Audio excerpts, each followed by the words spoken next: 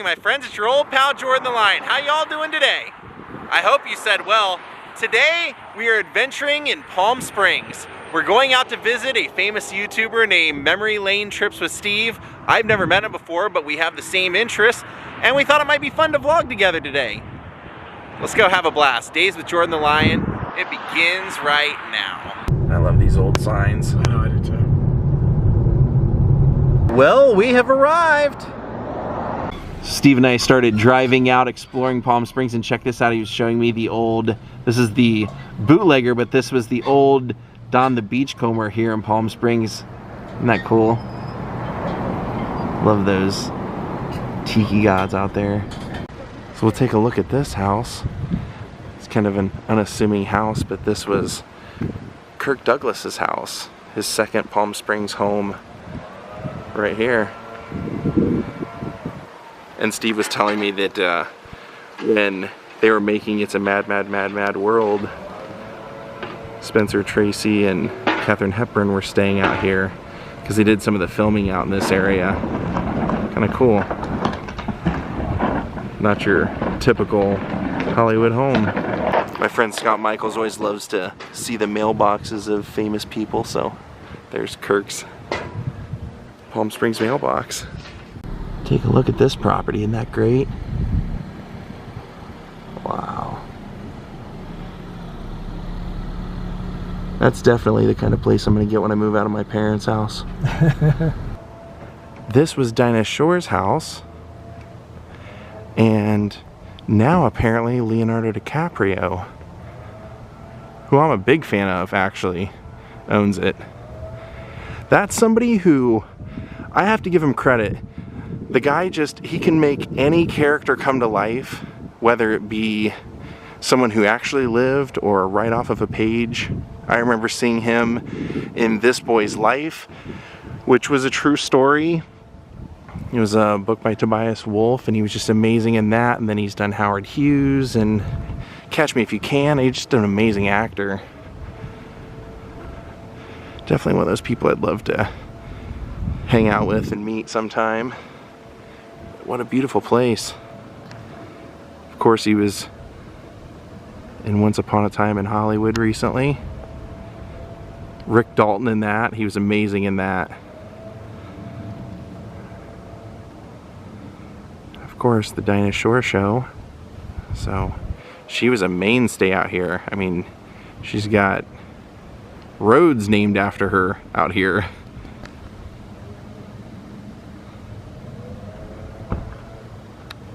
And just beyond who's owned it, it's just a architectural masterpiece. I mean, Palm Springs really all is. It's really just a masterpiece of architecture. So this address right here, they actually have a plaque out front. It says it's the Walter Kirshner Residence, aka Casa Adair. Completed 1937, Spanish colonial revival. Kirshner, a successful owner of Grace and a national chain of ladies' apparel shops named Casa Adair in honor of his daughter. Brewster and Benedict made extensive use of decorative glazed tile throughout the home, guest unit, and pool. Rather grandiose addition built in the 1980s on the east side of the home obscured a large portion of the original structure.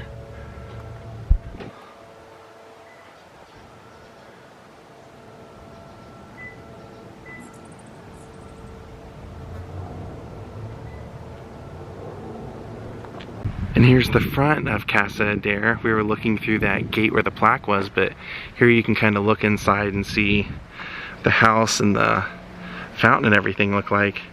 Apparently this is listed. There's a website where you can rent celebrity-owned mansions here in Palm Springs via the internet, and apparently this was one that Elizabeth Taylor stayed in. And look, we made a friend over here at the Kirshner residence, Casa Adair. What's up, kitty? So one of the main historic homes that I really wanted to check out today is Alan Ladd's. Love Alan Ladd's work, and unfortunately this is the death home. This is the home that he passed away in 1964, and he was a meticulous guy in pretty much everything in his life. So there's Steve behind me. Pretty meticulous guy in everything in his life, so I'm kind of excited to see what his Palm Springs home is gonna look like. Oh, take a look at that gate, isn't that great?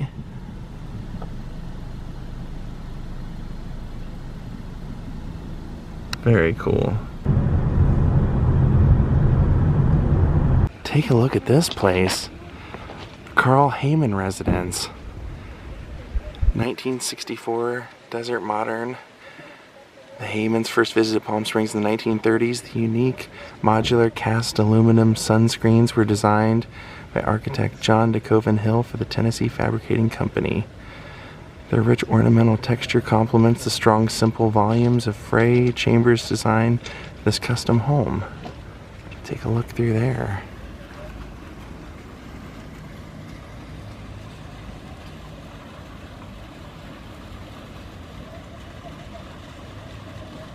Here's their driveway gate. This place is just amazing. Like I said, just Palm Springs. Steve even mentioned it's like the architects become the celebrities here.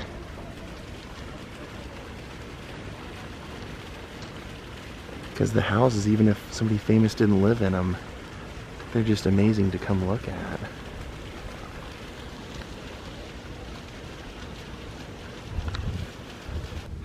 But this is actually a rental. You can, I tried to get a hold of them.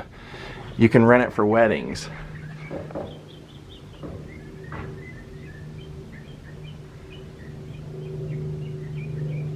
I was hoping we could go and take a tour of it and everything, but at the time that I called, their phone number, their answering machine said they were only fielding calls from the owners of some of their properties. But Alan Ladd was really one of the biggest stars of his time, and in fact at the time, or at a time, for about 20 years, he was one of the biggest draws in the box office. He really was famous for Shane. I think that's the one that most people have gravitated towards. Even he believed that was probably some of his best work, because George Stevens really gave him some freedom to create some interesting moments in Shane. Even though he's probably most known for being Shane, or maybe even The Great Gatsby, what people said he was most proud of in his life was the movie that he made with his son, where he was a returning soldier from the Civil War, and he came back home to find his wife had died and that his son had been sent to an orphanage.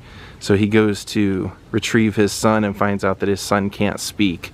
So the movie, when they were going to cast it, the casting director secretary said, if you considered Alan Ladd, because he has a son who's an actor, and maybe he would be good for this part, and that's exactly what they did. So even though Alan was drinking in his later years quite a bit, he would drink on the set sometimes. It was actually during that movie that he made with his son, he wouldn't drink at all. He didn't want to do anything that would possibly affect his son or his son's performance in that movie.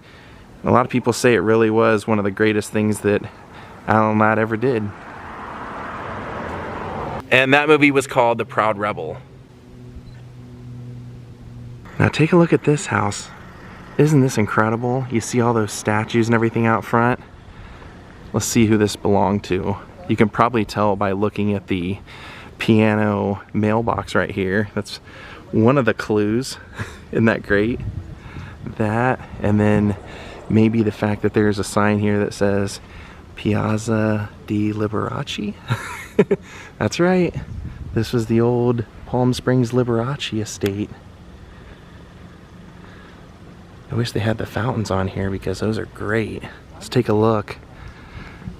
You can see the detail. He always had these at his houses. By the way, I've got the opportunity. I'm going to be going back to Vegas and vlogging the inside of Liberace Mansion here soon. I love they have all these statues still here from when he, I assume they're from when he lived here. You would think, right? And then take a look as we go around the property. There's a Statue of Liberty in here as well. Now what you can't see, I could kind of see it from the road in there, but down here on the other side, he's got like what looks like lions walking by the cement part. But as we go over here, great trees. You'll be able to see the Statue of Liberty right over here. right here from the gate with Mardi Gras beads.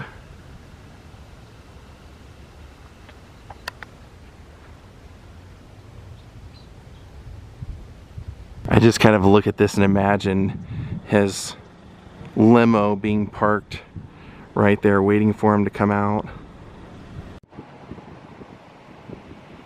So Steve just brought me over to this building here and he was telling me that this was Alan Ladd's hardware store.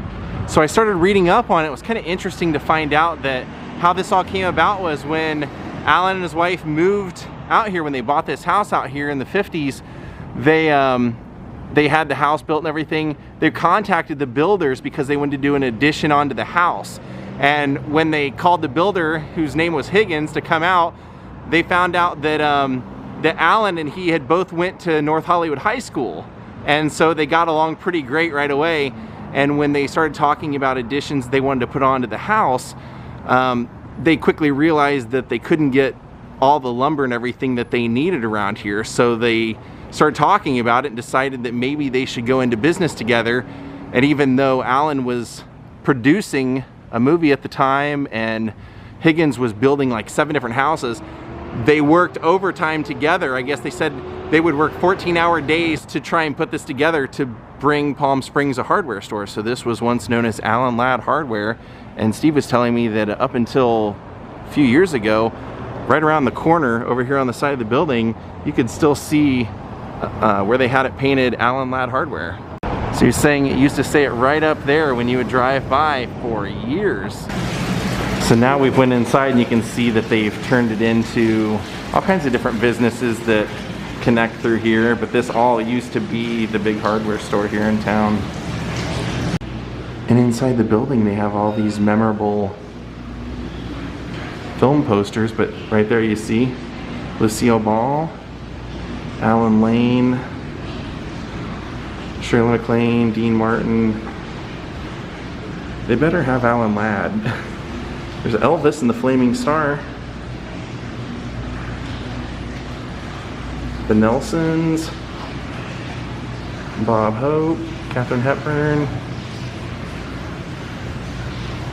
Gilda. And check out some of this art that they also have inside the building. Kind of appropriate for a former hardware store, wouldn't you say? It's an actual real paintbrush. It's 3D, very cool. Here's the paint roller.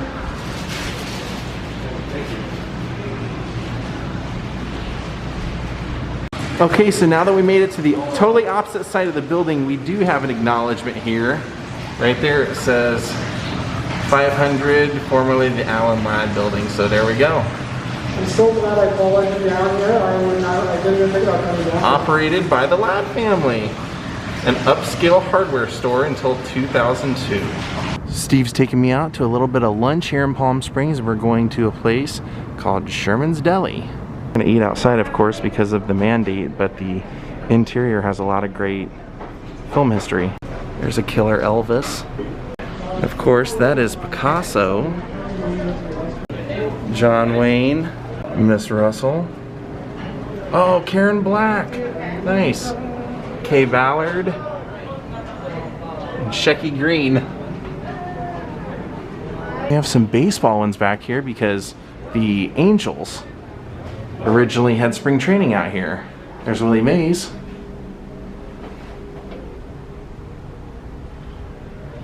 Bob Miller. Ed Kooky Burns. Don Rickles. Ed Asner. That's great. Danny Bonaducci. Phyllis Diller's down here. Rip Taylor, who has a great scene in Things Are Tough All Over with Cheech and Chong. And Carol Channing. And here's a signed picture of Uncle Milty, Milton Berle. Elvis and Jerry, look at that. And everybody from Poncherello to the Beaver. And Wally. That one is Michael Douglas right next to Little Ricky from I Love Lucy. Yeah. And their famous deli case with googly eyes. at that. Oh, let's go eat. All right, we're gonna have a little deli food here, and then we're gonna resume a little sightseeing. So this is why I don't normally vlog with other people, because I just forgot to film my entire meal thanks to this guy. And so did I. I know, I was like just yapping away.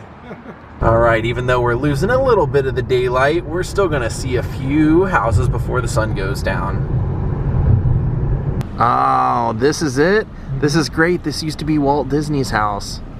Steve was telling me that Walt had a house out here originally that was up by Smoke Creek Ranch? It's Smoke Tree Ranch. Smoke Tree Ranch, but he sold it so that he could get some of the funding to build Disneyland. I think that was probably a pretty good investment. So he then wanted to have a house here, so he got this one. I was looking at that bush over there, I was like, it's a stretch for a hidden Mickey. A little bit of a stretch, but... Now on the other side of this house is the golf course. Oh, cool. Yeah, so it overlooks the golf course, and it overlooks, I don't know if you can actually see his statue, but he had a statue and a fountain made for the golf course. And I think you might be able to see it from the house. Really? And this is a vacation rental. This is kind of a Airbnb type deal, we found out. Yeah. Look at the gates across the street. That is so cool. Whoever's house that is great. Yeah, the Spanish style homes, they were so popular back then. What a beautiful gate, huh? Town of Bedrock. It's a page right out of history. Doesn't that look like the Flintstones house? It sure does. I hadn't thought of that, but it does.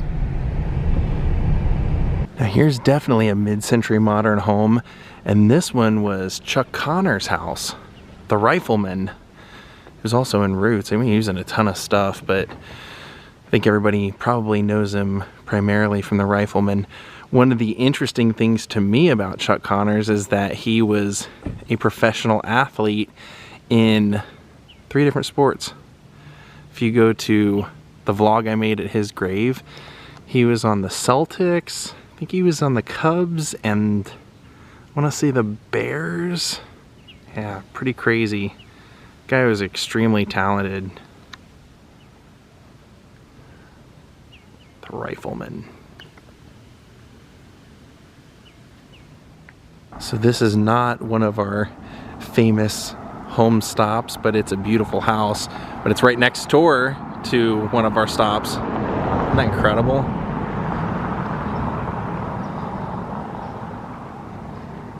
So this one's great. This is the former home of the great Don Adams.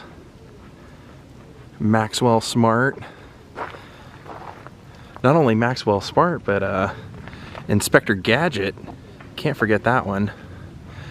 It's kind of sad. When he first passed away, he had this really amazing headstone. It was a bust of him with the shoe phone, and I actually have a photo of myself as Mark Twain for Halloween posing with that, and for some reason the family removed it almost immediately, and then they put like a plaque out there of almost the same thing, but it's too bad. It was way cooler before. What a great career he had. He knew this was going to be a success, so he was one of those people that made sure he got the back end of his time on this show, and he made a lot of money. Okay, there it is right off my Facebook page, so disregard that square over Don Adams' head, but that is me dressed as Mark Twain with my shoe up to my ear next to Don Adams' original bust. So, and then he moved over to the one we went to earlier. So this was Kirk Douglas's house for 2 years in 1955. So that would have been the home of the man who was Spartacus, who just recently passed away.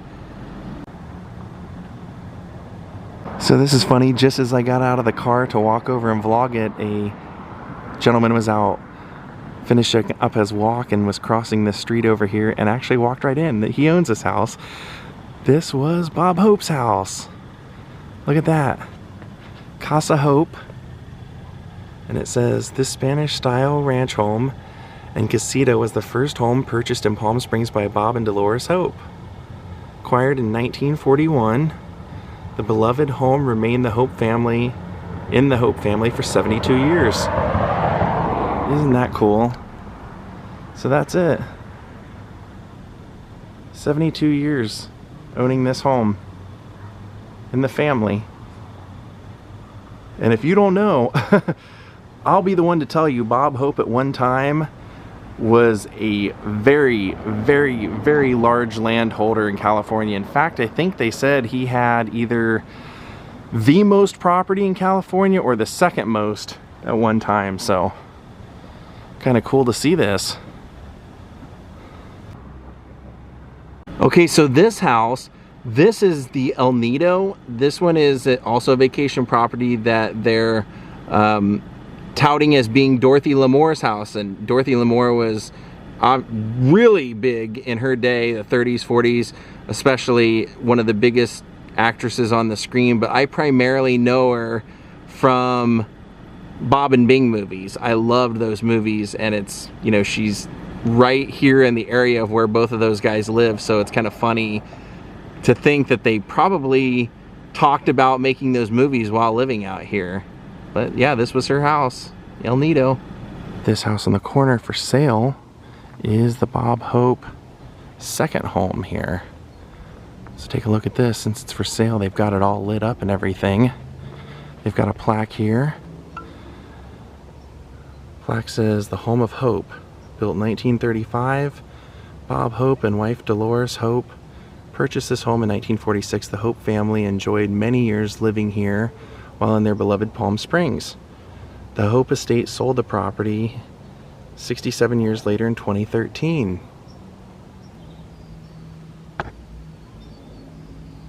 Isn't that cool? It's all staged for sale and everything.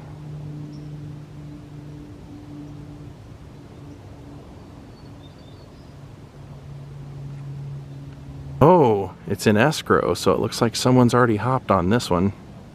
So we're gonna pop in this botanical garden really quick. Steve was telling me that the guy who used to own this used to be the gardener for Walt Disney at Disneyland. And also, apparently way back, even before that, he was one of the Keystone Cops. Not one of the original 7, but he was in the Keystone Cop movies. He's a Keystone Cop. Fortunately, he's passed away, but apparently this place is pretty great, so we're going to check it out. Take a look at this. Cactus Slim was your father? Yeah. Amazing. Yeah, he was truly an amazing man. He was telling me he used to do the some of the gardening and everything of Disneyland, and was a Keystone Cop, and yeah, well, he actually came to California, got into movies, and then he worked around the movie industry for several years. But it was they discovered to have tuberculosis, so he went to the desert. TV? Yeah, and they said he probably wouldn't survive, but he did live 50 more years. Landscaped his home here. Oh, that's how you knew Disney. Smoke Tree Plaza or Smoke Tree Ranch. Disney called him and said, you know, we need some desert landscaping. A little amusement park we're building, he says. So that's how we got connected with the desert plants at Frontierland when it opened up. That's so cool. Oh, there's his father. Yeah. So this is their botanical garden. He was telling us that he said his dad originally came out here mining for gold and found out that you made a lot more money selling cactus than you did gold, so he got into cactus instead. What a beautiful place, huh? I love all the little accoutrements everywhere.